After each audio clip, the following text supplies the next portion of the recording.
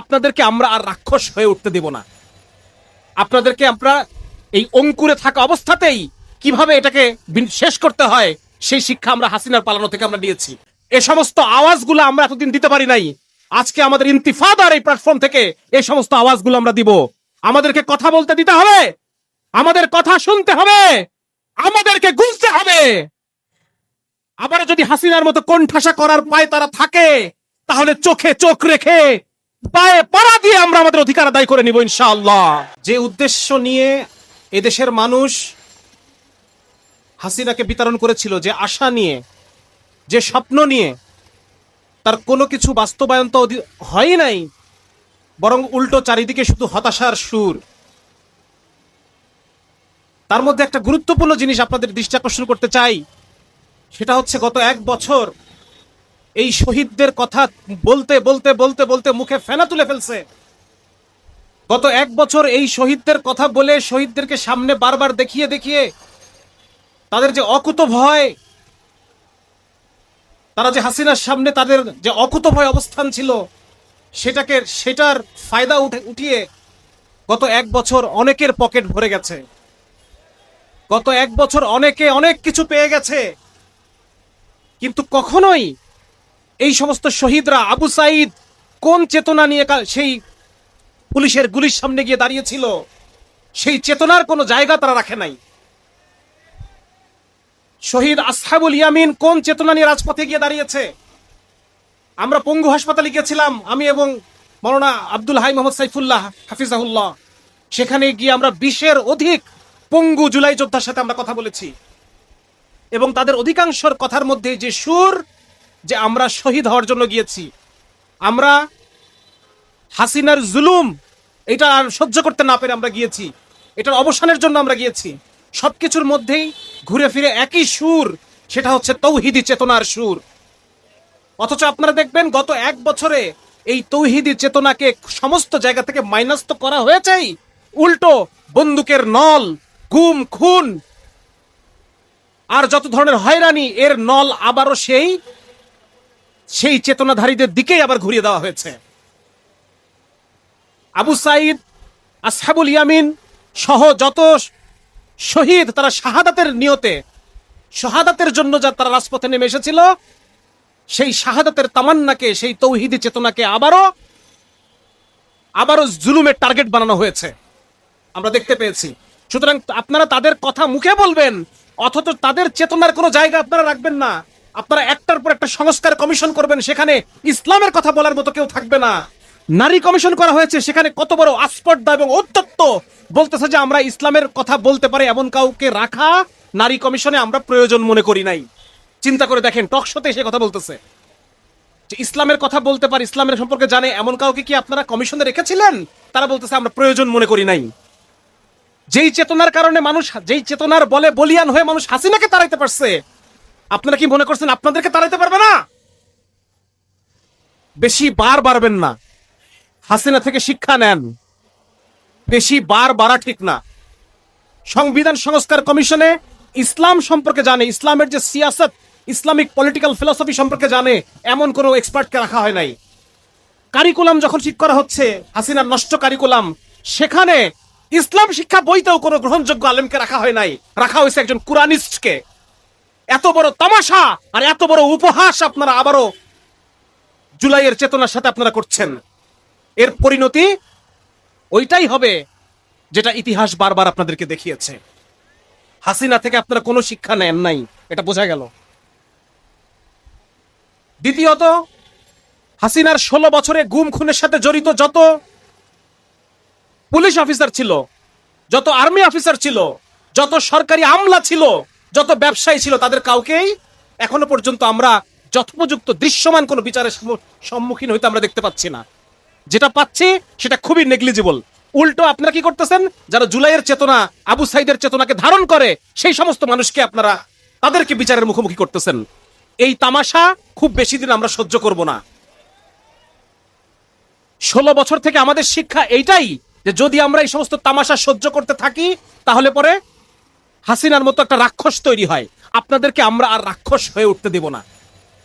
আপনাদেরকে আমরা এই অঙ্কুরে থাকা অবস্থাতেই কিভাবে এটাকে শেষ করতে হয় সেই শিক্ষা আমরা হাসিনার পালানো থেকে আমরা নিয়েছি।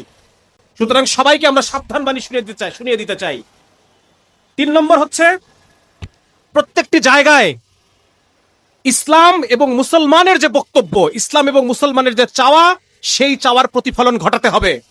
সমস্ত জায়গায় আমাদের ইসলামের পক্ষে কথা বলার মতো লোককে অন্তর্ভুক্ত করতে হবে। সংস্কার কমিশনে ইসলামের পক্ষকে আমরা জানতে চাই। অমুসলিমদের জন্য প্রভিশন রেখে, এই দেশের মানুষ আমরা ইসলামকে ভালোবাসি, আমরা ইসলামকে দেখতে চাই, ইসলামকে আমরা সমাজে দেখতে চাই, বিচারে দেখতে চাই, পাঠ্যপুস্তকের ভিতরে দেখতে চাই। সমস্ত জায়গায় আমরা 90% মুসলমান আমরা ইসলামকে চাই। শিক্ষা ব্যবস্থার মধ্যে আপনারা ইসলামকে রাখেন নাই। কেন রাখেন নাই? কেন আপনাদেরকে মুসলমানরা ট্যাক্সের টাকা দেয় না? আমরা ট্যাক্স দেই না? তাহলে পরে আমার সন্তানকে দিন শেখাবে কে? দিন শেখানো তো রাষ্ট্রের দায়িত্ব। রাষ্ট্রকে তো আমি ট্যাক্স দিচ্ছি আমার সন্তানকে শেখানোর জন্য। সুতরাং অবশ্যই জাতীয় পাঠ্যপুস্তকে ধর্মীয় শিক্ষাকে বাধ্যতামূলক করতে হবে। এ সমস্ত আওয়াজগুলো আমরা এতদিন দিতে পারি নাই। আজকে আমাদের ইন্তিফাদার এই প্ল্যাটফর্ম থেকে এই সমস্ত আওয়াজগুলো আমরা দিব। আমাদেরকে কথা বলতে দিতে হবে, আমাদের কথা শুনতে হবে, আমাদেরকে গুনতে হবে। আবার যদি হাসিনার মতো কোণঠাসা করার পায় তারা থাকে, তাহলে চোখে চোখ রেখে পায়ে পাড়া দিয়ে আমরা আমাদের অধিকার আদায় করে নিব ইনশাআল্লাহ।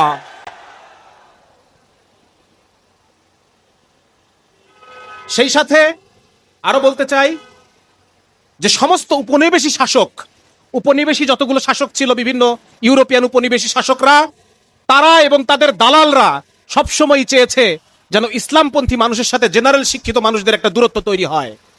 তারা পাঠ্যপুস্তকের মধ্য দিয়ে, সমস্ত কিছুর মধ্য দিয়ে তারা চেষ্টা করেছে, মিডিয়ার মধ্য দিয়ে, যে ইসলামপন্থী মানুষ, আলেম ওলামা এবং জেনারেল শিক্ষার মাধ্যমে যে নতুন শিক্ষিত প্রজন্ম, তাদের মধ্যে যেন একটা চিন্তাগত দূরত্ব থাকে, ভাষাগত দূরত্ব থাকে। ইন্তিফাদা বাংলাদেশের উদ্দেশ্য সেই দূরত্বকে ঘুচায় ফেলা। ইন্তিফাদা বাংলাদেশ হচ্ছে সেই প্ল্যাটফর্ম, যেই প্ল্যাটফর্মে আমরা যারা জেনারেল শিক্ষায় শিক্ষিত, পাশ্চাত্য জাহেলিয়াতে শিক্ষিত এবং এই জাহেলিয়াতের সমাধান নিয়ে যারা শিক্ষিত, অর্থাৎ ওলামায়ে কেরাম, জাহেলিয়াত নিয়ে আমরা যারা পড়াশোনা করেছি এবং জাহেলিয়াতের সমাধান নিয়ে যারা পড়াশোনা করেছি, এই দুই স্রোত একসাথে হবে ইনশাআল্লাহ। এবং এই জলোচ্ছ্বাস ঠেকানো কারো সাধ্য হবে না ইনশাআল্লাহ তাআলা। সেই সাথে আমি যে কথাটা বলে শেষ করতে চাই যে ইন্তিফাদা বাংলাদেশ এটা কার সংগঠন? যার মধ্যে বিন্দু পরিমাণ তাওহীদের চেতনা আছে, তাওহীদের ব্যথা আছে, তাওহীদের অশ্রু আছে, না পাওয়ার কষ্ট আছে, তাদের প্রত্যেকের সংগঠন ইন্তিফাদা বাংলাদেশ। সে আমরা যে যেখানেই থাকি, এমনও হতে পারে আমি আমার ব্যক্তিগত জীবনে দিন প্র্যাকটিস করছি না, কিন্তু আসিয়ার হত্যার পরে আমার মনের মধ্যে এটা মনে হয়েছে যে ইসলাম ছাড়া এটার কোনো সমাধান নাই। ভাই, ইন্তিফাদা বাংলাদেশ আপনার সংগঠন, আপনি আসেন। যদি কোনো মানুষের মনে হয় যে ব্যক্তিগত জীবনে এখন ইসলামকে প্র্যাকটিস করে উঠতে পারেন নাই, কিন্তু পুরান ঢাকায় পাথর দিয়ে মাথা পিষে দেওয়ার যে ঘটনা, এই ঘটনা দেখে তার অন্তর একটু মনে হয়েছে যে আজকে যদি ইসলামের শরীয়তের যে কিসাস যদি এটা থাকতো, তাহলে পরে এই ঘটনা আর পুনরাবৃত্তি হইতো না। আপনার নিজের জীবনে হয়তো দিন প্র্যাকটিস এখনো নাই, কিন্তু আপনার মনের মধ্যে এই তাওহীদের ব্যথা, এই তাওহীদের অশ্রু, এই তাওহীদের অনুভূতি আছে। আপনি চলে আসেন, ইন্তিফাদা বাংলাদেশ আপনার জন্য অপেক্ষা করতেছে, আপনি চলে আসেন। সেই সাথে আরো বলতে চাই, আজকে যারা এখানে প্রশাসনের ভাইরা আছেন, আপনার যদি মনে হয় যে আপনি তো ইমানদারির সাথে চাকরিটা করতে চেয়েছিলেন, কিন্তু বর্তমানের এই সেকুলার সিস্টেম, এই সেকুলার বিচার ব্যবস্থা, এই সেকুলার শাসন ব্যবস্থা আপনাকে ব্যবহার করেছে। খুনি হাসিনা 16 বছর আপনাকে ব্যবহার করেছে, এরপরের যে নতুন ফ্যাসিস্ট আসবে সেও আপনাকে ব্যবহার করবে। আপনার যদি মনে হয় যে আমি তো একটা ইমানদারির সাথে চাকরি করতে চেয়েছিলাম, আমার সন্তান প্রতিপালন করতে চেয়েছিলাম, কিন্তু আজকে আমাকে ব্যবহার করা হচ্ছে জুলুমের পক্ষে, ভাই, তাহলে আপনাকেও বলতে চাই, আপনার যদি মনে হয় যে আপনার শিশুটি সে যেন সমকামী হয়ে বেড়ে না ওঠে, সে যেন এলজিবিটির ফাঁদে না পড়ে, সে যেন ইসলামের একটা মূল্যবোধ নিয়ে বেড়ে উঠতে পারে, এটুকু যদি আপনার মধ্যে চেতনা থাকে, ভাই, ইন্তিফাদা বাংলাদেশ আপনার সংগঠন। আপনি এটার বিরোধিতা করেন না। এটা তো ওই সংগঠন যেটা সাহাবায়ে কেরামের যে ধারাবাহিকতার মাধ্যমে যে সাহাবায়ে কেরাম, হযরত শাহজালাল ইয়ামানী রাহমাতুল্লাহ আলাইহি, মীর নিসার আলী তিতুমীর, হাজী শরীয়তুল্লাহ, সৈয়দ আহমদ বেরেলভী এবং সর্বশেষ হেফাজতে ইসলামের শাপলার কুরবানির সেই সন্তান হচ্ছে আমরা। এটা সেই মেহনত, সেই কাফেলা। সুতরাং এই কাফেলার বিরোধিতা আপনারা করিয়েন না। সুতরাং আপনাদের কাছে আমার এই আর্জি রেখে আমি আজকের বক্তব্য শেষ করতে চাই যে এই রাস্তা অনেক দূরের রাস্তা, এই রাস্তা অনেক কুরবানির রাস্তা। এই রাস্তায় পথ চলার জন্য আমরা সবাই তৈরি আছি তো ভাই ইনশাআল্লাহ? আমরা নিজেদের সব কিছুকে এই রাস্তার জন্য কুরবানি করার জন্য তৈরি আছি তো ইনশাআল্লাহ? আল্লাহ তাআলা আমাদের সবাইকে সেই আগামীর সেই বিজয়ী কাফেলায় আমাদেরকে একত্রিত করুন। আমিন। আসসালামু আলাইকুম ওয়া রাহমাতুল্লাহি ওয়া বারাকাতুহু।